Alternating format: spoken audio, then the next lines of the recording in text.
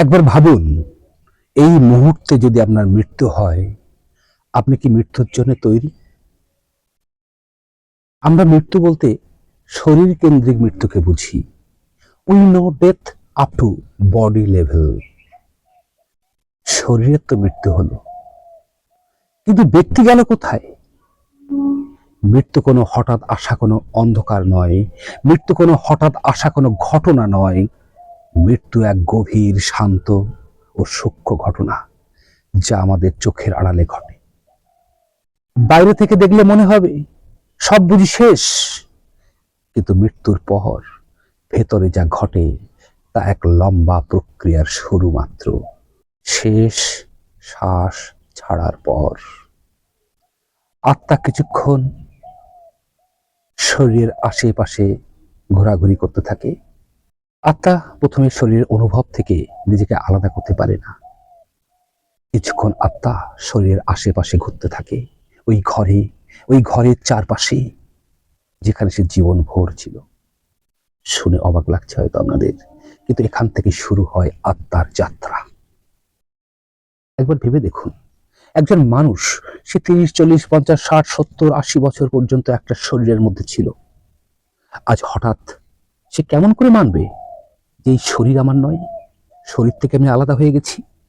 আত্মা মানতে পারে না যে সে দেহ থেকে আলাদা হয়ে পড়েছে। দেহ আলাদা হয়ে যাওয়ার পর আত্মা অনুভব করে কেউ তার নাম ধরে ডাকছে, কেউ কাঁদছে, কেউ তাকে ছুঁয়ে দেখতে চাইছে। সে জবাব দিতে চায়, কিন্তু জবাব দিতে পারে না। বলতে চায়, ওয়ার্ড তৈরি হয় না, শব্দ তৈরি হয় না। ধরতে চায়, ছুতে পারে না। আত্মার জীবনে প্রথম এক ঝটকা আসে। এই ঝটকা কোনো ভয় থেকে জন্মায় না, এ আসে এক অজ্ঞানতা থেকে। দেহ চলে গেছে, কিন্তু পরিচয় সঙ্গে সঙ্গে মুছে যায় না। জীবনভর আত্মা নিজেকে শরীর বলে জেনে এসেছে। এই জন্য মৃত্যুর পরও আত্মা ওই ভ্রমের মধ্যেই আটকে থাকে। সে মনে করে ওই শরীরটা এখনো আমার আছে। জীবনভর আত্মা নিজেকে শরীর বলে জেনে এসেছে। এই জন্য মৃত্যুর পরও আত্মা ওই ভ্রমের মধ্যেই আটকে থাকে। মৃত্যুর পর আত্মা আছে, শরীর নেই, কিন্তু আত্মার কোনো দিশা নেই। যে ব্যক্তি জীবদ্দশাতে নিজেকে দেখেনি, সে মৃত্যুর পর নিজেকে চিনতে পারে না। জীবনভর আত্মা নিজেকে শরীর বলে জেনে এসেছে। এই জন্য মৃত্যুর পরও আত্মা ওই ভ্রমের মধ্যে থাকে। সে একবারও ভাবতে পারে না যে ওই শরীরটা আমি আর না। এই অবস্থায় আত্মা আছে, শরীর নেই, কিন্তু আত্মার কোনো দিশা নেই। যে ব্যক্তি জীবদ্দশাতে শান্ত হতে শেখেনি, যে ব্যক্তির আত্মদর্শন ঘটেনি, সেই ব্যক্তির আত্মা কোনো দিশা পায় না। আর এই সন্ধিক্ষণেই যমদূত প্রকট হয়ে ওঠেন। এখানে যমদূতকে আমরা ভয়ের প্রতীক বানিয়ে দিয়েছি, কিন্তু যমদূত কোনো ভয়ের প্রতীক না, যমদূত নিয়মের প্রতীক। মৃত্যু যখন হঠাৎ আসে, তখন ব্যক্তি কি করে? সে হকচকিয়ে যায়। ঠিক যেমন রাতে আপনি ঘুমিয়ে আছেন, ঘুমের মধ্যে স্বপ্ন দেখছেন, স্বপ্ন দেখতে দেখতে হঠাৎ মাত্র আপনার ঘুম ভেঙে গেল। ঘুম থেকে ওঠার পর ঠিক যেমন হয়, ঠিক মৃত্যুর পর অজ্ঞানী আত্মার ঠিক তেমনই হয়। আত্মা আছে, কিন্তু দিশা নেই। শরীর পেছনে পড়ে আছে, শ্বাস চিরতরে স্টপ হয়ে গেছে, বন্ধ হয়ে গেছে। পেছনে ফেরার আর কোনো পথ নেই, সামনে এগোতেই হবে। যেমন রাতের পর সকাল আসে, সকাল যেমন নিশ্চিত, তেমনি মৃত্যুর পর আত্মার যাত্রা নিশ্চিত। যমদূত কেবল নিয়মের অভিব্যক্তি মাত্র। যমদূত কোনো ক্রোধিত ব্যক্তি না, যমদূত কোনো প্রসন্ন ব্যক্তি না। সে কেবল উপস্থিতি মাত্র, সে কেবল আত্মাকে নিয়ে যায় মাত্র। আত্মা তাকে দেখে, কিন্তু চিনতে পারে না, কারণ সে জীবনভর নিজের ভেতর দেখতে শেখেনি। সারাক্ষণ সে বাইরের বহির্মুখী চিন্তায় আটকে ছিল। সারাক্ষণ বিচার করেছে অন্যের, নিজের আত্মবিশ্লেষণ, আত্মবিচার যে করতে শেখেনি। সেই আত্মা মৃত্যুর পর এই স্থানে যখন উপস্থিত হয়, সেই প্রথম ভ্রমের শিকার হয়। যে জীবনে নিজের মনকে দেখেনি, ভেতর থেকে স্থির হতে শেখেনি, মৃত্যুর পর এই সূক্ষ্ম শরীর কেমন করে সে চিনবে? সে চিনতে পারে না, ভয় পায়। আর এই ভয়কেই বলা হয় যমদূতের উপস্থিতি। এই অবস্থায় আত্মা ঘাবড়ে যায়, ভয় পেয়ে পালাতে চায়, কিন্তু পালাতে পারে না। আত্মা চিৎকার করে, চিৎকার করলেও স্বর বের হয় না। যে কথা বলতে চায়, তার কথা কেউ শুনতে পায় না। নিজের কথা, নিজের আওয়াজ নিজেই শুনে সে আরো ভয় পায়। এই হলো সেই অবস্থা, যা হলো সেই প্রেত অবস্থা। এই সময় আত্মা তার জীবনের স্মৃতির মধ্যে আটকে পড়ে। মায়ের চেহারা, বাবার চেহারা, বাবার আওয়াজ, প্রিয় মানুষের কথা, যে কাজ করা হয়নি সেই অধুরা কাজ, যে কথা বলা হয়নি সেই না বলা কথা, সেই অসমাপ্ত কাজ, সব একসঙ্গে স্মৃতির মানসপটে উদ্ভাসিত হয়ে ওঠে কিছুক্ষণের মধ্যে। মৃত্যুর ক্ষণ শান্তিতে হবে না অশান্তিতে হবে তা নির্ভর করে সারাটা জীবন তুমি কেমন করে কাটালে, তার উপর নির্ভর করে। যে ব্যক্তি সারাটা জীবন অন্যকে ধোঁকা দিয়েছে, মৃত্যুর পর সে নিজেই নিজের কাছে ধোঁকা খায়। প্রথম এই হলো তার আসল ঝটকা। সারা জীবন যে ছলনা করেছে, সারা জীবন যে চাতুরতা করেছে, যে মিথ্যা কথা বলেছে, লোভের বশে অমানবিকতা করেছে, খ্যাতির লোভে অন্যকে ক্ষতি করার চেষ্টা করেছে, নিজের স্বার্থ চরিতার্থ করতে অন্যের জীবনকে বলি দিতে চেয়েছে, কিন্তু মৃত্যুর পর সেই আত্মা যখন এই স্থানে সে উপস্থিত হয়, সে নিজেই তখন নিজের কাছে ধোঁকা খায়।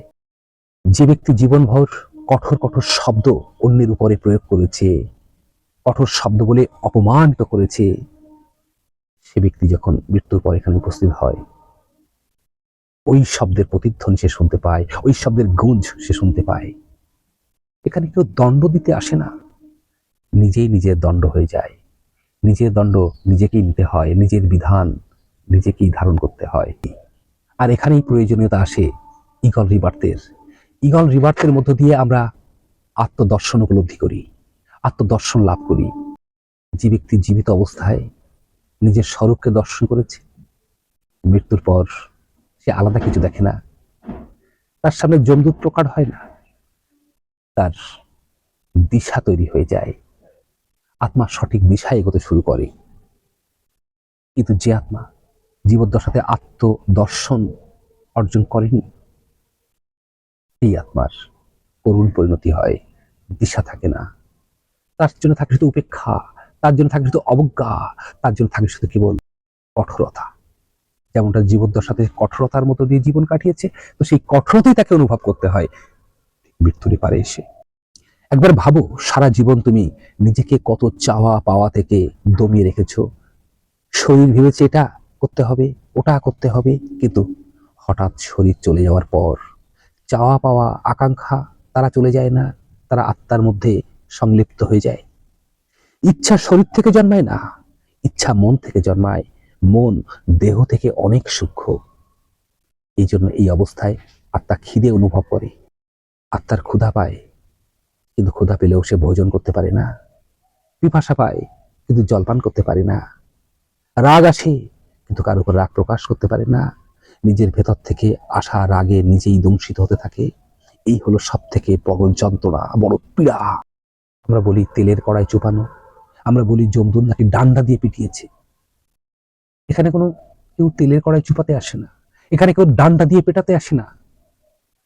আমাদের কৃতকর্মের ফলে আমরা নিজেরাই নিজেদেরকে ডান্ডা দিয়ে তখন পেটাতে থাকি।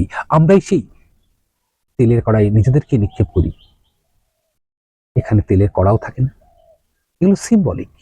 আসলে আত্মা মনস্তাপ হয়, তার যন্ত্রণা হয়। জীবনে যে ভুল করেছে, জীবনে যে ক্ষতি করেছে, সে এই স্তরে সে নিজের সামনে নিজের স্বরূপের আত্মবিশ্লেষণ করতে বসে আর কোনো মিথ্যা লুকানো থাকে না, সব সত্য আয়নার সামনে উদ্ভাসিত হয়ে যায়। আর এটাই হলো আত্মার সব থেকে বড় পীড়া, সব থেকে বড় দংশন। ঈগল পুরাণ বলে এই পীড়া বাইরে থেকে আসে না, এ কোনো বহির্মুখী পীড়া নয়, এ ভেতরের অপূর্ণতা থেকে আসা পীড়া। সারা জীবন আমরা কি করি? ইচ্ছার ডানায় ভর করে করে উড়ি। কত ইচ্ছা আমাদের অধুরা থেকে যায়, কত ইচ্ছা বাস্তবে রূপ পায় না। এমন ব্যক্তি মৃত্যুর পর যখন এই অবস্থায় আসে, তখন সে অনেক বেশি অস্থির হয়ে ওঠে। তার সারা জীবনে অস্থিরতা মৃত্যুর পর একান্তে অনুভব করে, আর এটা তার তখন নরক যন্ত্রণার থেকে আরো মহা তীব্র আকার ধারণ করে। আর তখন তার যন্ত্রণা মহা তীব্রতর হয়ে ওঠে। আর এই জন্য দরকার সাধনা। জীবদ্দশাতে মানুষের সাধনার কেন দরকার পড়ে, স্পিরিচুয়াল তপস্যার কেন দরকার পড়ে? কারণ এই জীবনের কর্মফলকে রেকটিফাই করার সুযোগ এই জীবনে একবার দেওয়া হয়। আত্মজাগরণের মধ্য দিয়ে আমরা নিজেদেরকে সমস্ত কর্মফল থেকে মুক্ত করতে পারি। আর কর্মফল থেকে মুক্ত হলে সেই আত্মা একমাত্র শান্ত নির্লিপ্তভাবে পরপারে দিশাযুক্তভাবে এগিয়ে যেতে পারে। তার দিশা থাকে, কিন্তু দিশা শূন্য আত্মা বারবার অচৈতন্যতার ফাঁদে পড়ে এই জন্ম মৃত্যুর চক্রে বারবার ঘুরতে থাকে। আর এজন্যই দরকার মানুষের জীবনে ইগল রিবার্থ। ইগল রিবার্থ, যার মধ্য দিয়ে আমাদের আত্মজাগরণ হয়, আত্মদর্শন হয়। এই জীবনেই আমরা আমাদের সমস্ত কর্মফলগুলোকে একবার রেকটিফাই করে নেওয়ার সুযোগ পাই, যার মধ্য দিয়ে আমাদের পরবর্তী জীবনের যাত্রা সুগম হয়, আত্মা সঠিক দিশা পায়।